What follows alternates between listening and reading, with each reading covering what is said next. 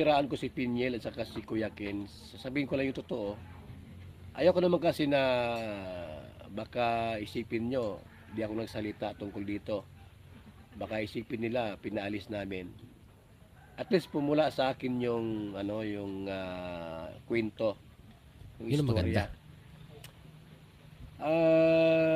Maraming nakapansin po kasi nasa lighthouse po yung dalawa, si Pinya at saka si Kuya Kens, parang very close, masyadong close sila sa isa't isa.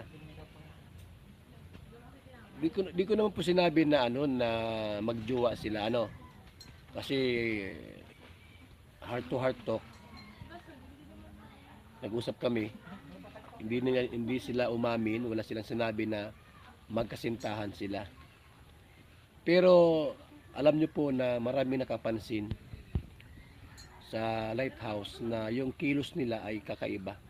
Actually po si Piniel parang kumbaga sa po, nakafocus lang kay Kuya Kens nung nasa lighthouse na, yung bandang huli po nasa Kuya Kens nakafocus.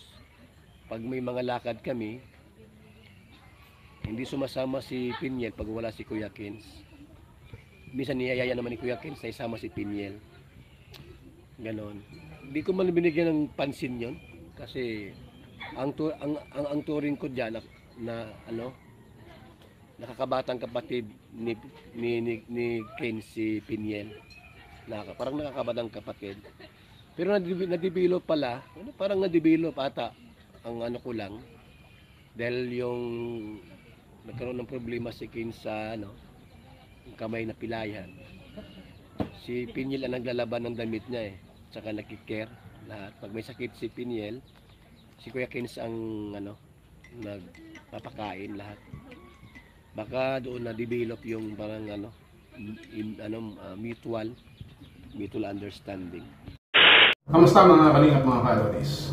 Alam ko marami sa inyo ang nagtataas ngayon ng kilay patungkol dito sa inyong narinig sa live ni Kuya Pal na patungkol kay Piniel at Kuya Kens. Sa wakas, nagpaliwanag din si Papa. Ngayon, alam kong marami sa inyo ang nanghihinayang sapagkat dapat sana makakapagtapos ng pag-aaral si Piniel. Subalit, dahil dito sa ating pong nalaman sa pagitan ni Piniel at Kuya Kens ay mukhang lumalabo, mukhang lumulubog na ang araw sa kanluran. Yes, ito ay dahil daw sa namuong relasyon sa pagitan ni Piniel at Kuya Kens, na sila man ay kinausap ng heart to heart, subalit hindi rin naman sila umamin. Hindi rin naman siguro nag-deny. Alam natin na actions speak louder than words. Hindi ko na iisa-isa pagkat naikwento na sa inyo yan ni Kuya Pal sa atin pala. Kung ako man ang inyong tatanungin, kung sa seryosong usapan, nanghihinayang talaga ako kay Piniel sapagkat alam kong marami na siyang pinagdaan ng hirap sa buhay. Si Piniel, kahit sa ganitong pagkakataon, we cannot judge her. No? Nasa sa kanya lamang yun at siya ang tanging nakakaalam kung bakit niya ito ginawa. Mabait na tao si Piniel, mapagmahal sa magulang, at may pangarap din naman sa buhay. Kaya nga, tayo mismo ay nangihinayang din na itong pangarap niya na ito ay posibleng hindi na matupad pa kung hindi maitatama. Ngayon, sa parte naman ni Kuya Kens, hindi ko alam. Wala rin namang sa mga sinabi si Kuya Bal patungkol kay Kuya Kens. Nanginginig ako. Nanginginig. Hindi, nangangawit lang ako sa pag-awak. Hindi dahil kay Kuya Kens, no? At ngayon nga, wala na sa lighthouse sila Kuya Kens at si Piniel. Wala na rin si Kuya Kens at ang kanyang jowa. Nagkahiwalay na sila. Nakakalungkot. Marahil dun sa mga panahon na sila ay magkasama sa lighthouse, maraming pangyayari ang hindi inaasahan na talaga namang nagbuklod sa kanila, na talaga namang naglapit sa kanilang mga kalooban, na pati kanilang mga mukha ay nagkalapit na rin dahil yun ang dinidikta ng kanilang puso sa bawat isa. Pero kinausap nga ni Kuya Bal, heart to heart, hindi pa rin umamin. Wala nga aminin. Baka wala din namang idinideny. Nagpapawisan ako. Pero kahit paano, huwag kayong mapipikon. Hindi pa rin naman ako naniniwala na yun ang basehan para masabi natin na talagang sila ay may relasyon o magjowa.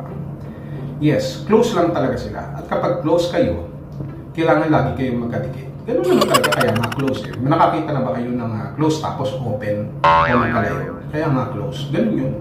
Pangalawa, yung usapin ng duyan na yan, na kahit hanggang madaling araw o hating gabi eh, magkasama sila sa duyan, tinetesting lamang nila yung duyan kung ito ba ay malakas. So, kaya nga sila close, pati sa duyan, syempre, nandoon yung kanilang memories sa pagduduyan. Di ba? Nanginginig na naman ako. At yung hindi pagsama ni Peniel, kapag may lakad sila, kung hindi kasama si Kuya Kenz, ay natural lamang din yun. Close na eh. Kaya hindi nila masyadong matinding mali siya. At yung kanilang pagkain sa isang plato, walang problema yan. Kasi nung time na yun, kahit sa lighthouse, nung ako'y nasa lighthouse, nauubusan ng plato. So natural lang na kumain sila sa isang plato. Natural nga, ganyan-ganyan na lang. Nag-order ako ng 2 dosenang plato para ipadala sa lighthouse. Para naman hindi sila magkasalo-salo. Diba? Kayo naman kasi, no? Binibigyan nyo ng kahulugan yung galawan ng dalawa. Eh, ganun talaga sila gumalaw. Diba? Ganun sila gumalaw. Kaya nga di sana noon pa kung talagang concern kayo, eh di sana in-expose nyo na. Para hindi na na-develop. Diba ganun yun? Kumbaga, nung panahon natin, no? Para hindi na de-develop ang isang litrato kung ito ay may expose. Dapat na-expose para hindi na-develop. Pero, kidding aside, nangihinayang tayo kagaya ni Kuya Bal sa dapat sana yung magandang buhay ni Peniel na kanyang haharapin. Na dapat sana yung kanyang kahirapan noon ay mananatili na lamang alaala sapagkat siya ay nagtagumpay. Hindi naman sa sinasabi natin na magiging pangit o babagsak ang kanyang pangarap sa piling ni Kuya Kenz. Ang tanong dito, kaya bang pag-aralin ni Kuya Kenz itong si Peniel? We are not judging Kuya Kenz, we are just telling the possibilities na baka hindi na matupad ang mga pangarap ni Peniel. Sapagkat kung ano man ang pangarap ni Peniel, ito rin ang ating pangarap para sa kanya.